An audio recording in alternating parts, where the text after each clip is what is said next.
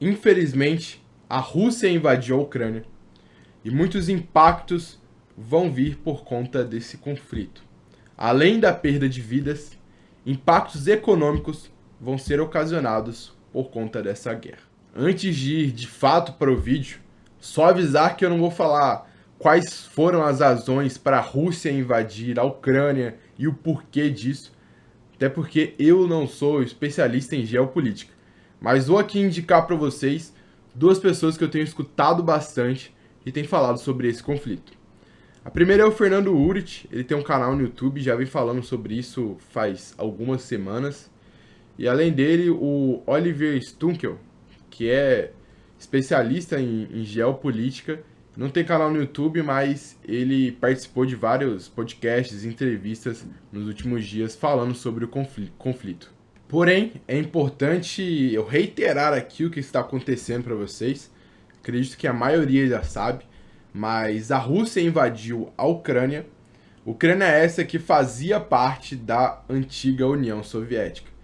E não é de hoje que a Rússia já vem fazendo esses movimentos para tomar algumas regiões ali no seu entorno que faziam parte da antiga União Soviética.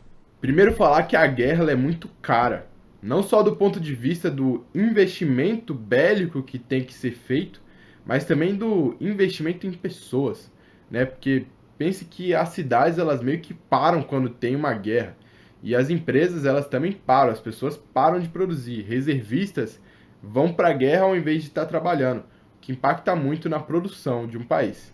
Além disso, muitas barreiras econômicas são feitas por conta de uma guerra. Exemplo disso é o que está acontecendo agora. Já foram impostas sobre a Rússia muitas sanções econômicas por parte dos países do Ocidente, como os Estados Unidos e a União Europeia, que é, né, um grupo. E visto isso, a gente vai falar os impactos, as consequências que isso pode ter para a nossa economia, a economia brasileira e também um pouco mundial. E o primeiro ponto que a gente vai falar é sobre as commodities.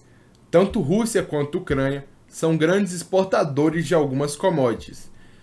Por exemplo, a Rússia é a segunda maior produtora de petróleo do planeta.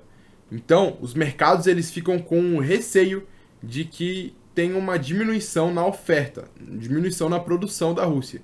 Porque pensa aí, você acha que o país que está em guerra ele vai produzir o mesmo que um país que não está em guerra? Então a tendência é que a produção de petróleo da Rússia diminua. O que acontece é que com a demanda ainda elevada e uma oferta sendo reduzida bruscamente, o preço suba. E já é o que a gente está vendo. Se vocês pararem para ver no preço do petróleo, tentar colocar aqui o preço do petróleo, para vocês verem o quanto subiu nos últimos dias, justamente por conta desse conflito. Sendo que o barril do petróleo já está aí a mais de $100. Impactos que a gente vai ver nos nossos combustíveis. E além de petróleo, milho e trigo também são duas commodities que Rússia e Ucrânia produzem bastante. E o que já vem acontecendo, assim como o petróleo, é o preço dessas duas commodities subindo bastante. Porém, um ponto positivo, se é que podemos tirar pontos positivos desse conflito, é que o Brasil é um grande produtor de commodities agrícolas, fazendo com que, com esse problema de oferta de Rússia e Ucrânia, e não só a oferta, mas também as sanções econômicas, muitos países, os Estados Unidos, a União Europeia, vão deixar de importar commodities da Rússia por conta, né, das sanções econômicas e desse conflito, já que tanto a União Europeia quanto os Estados Unidos estão do lado da Ucrânia, fazendo com que esses países eles tendem, né, a buscar outros lugares para importar essas commodities. E o Brasil, como grande produtor de commodities agrícolas, pode ser um desses alvos desse país, fazendo com que o Brasil exporte mais commodities e, né, gerando mais empregos e aumentando, né, a produção do país. E o segundo ponto, já em relação ao dólar. Eu tava brincando bastante lá nos stories esses dias. Inclusive, se você não segue a gente no Instagram, passe a seguir logo. Eu tava falando, né, pô, o dólar chegou a 5 reais, bora pra Disney. Só que o que acontece é que em conflitos como esse, em crises, incertezas, as pessoas, os fundos de investimento, os investidores, eles buscam o dólar por por ser uma moeda de proteção, digamos assim.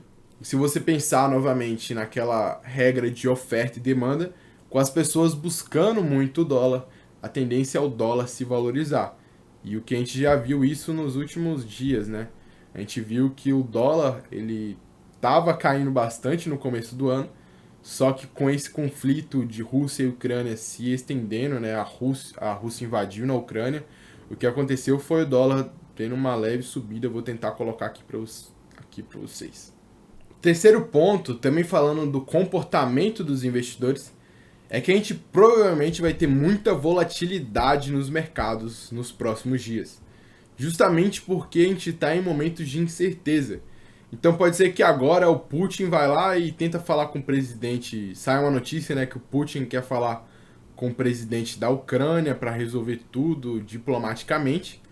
E na outra, 10 minutos depois, uma hora depois, pode ser que apareça outra notícia falando que o Putin quer tomar a Ucrânia por completo, que eles já estão em Kiev, e que a OTAN vai entrar no meio, deixando, né, pior ainda a situação. Então é um momento de incertezas e que muitos investidores vão tentar sair de ativos de mais risco para ativos de proteção. Então os investidores, provavelmente investidores internacionais, vão buscar sair de países emergentes como Brasil, como China e outros países emergentes, e vão buscar ativos mais de proteção, como renda fixa, ouro que subiu, só que já caiu, enfim. Agora mostrar um pouco do dólar, né, em relação ao real nos últimos tempos. E vocês percebem aqui que eu coloquei aqui no último mês. Então, no último mês aqui caindo bastante o dólar em relação ao real. E aí agora no dia 23, aqui no dia 23 pro dia 24, deu essa pancada, essa subida novamente. Então a gente estava aqui em uma 5, chegou a 5, né? Agora já estamos em 5,15 o dólar. Então vocês percebem aí o como que as pessoas, os investidores, eles buscam o dólar em momentos como esse. Mostrar um pouco para vocês aqui também, pessoal, do comportamento do preço do petróleo por conta desse conflito. Então eu tô aqui no dia 25 de fevereiro, não sei quando é que você vai ver esse vídeo, mas no dia 24, que foi do dia 23 pro dia 24 que começou de fato a invasão à Ucrânia, a gente percebe que os preços do petróleo aqui, ó, dia 23, tudo certo, e aí depois teve uma disparada muito forte. E aí depois os mercados eles param para pensar um pouco, veem realmente quais são os impactos disso e meio que se acalmam.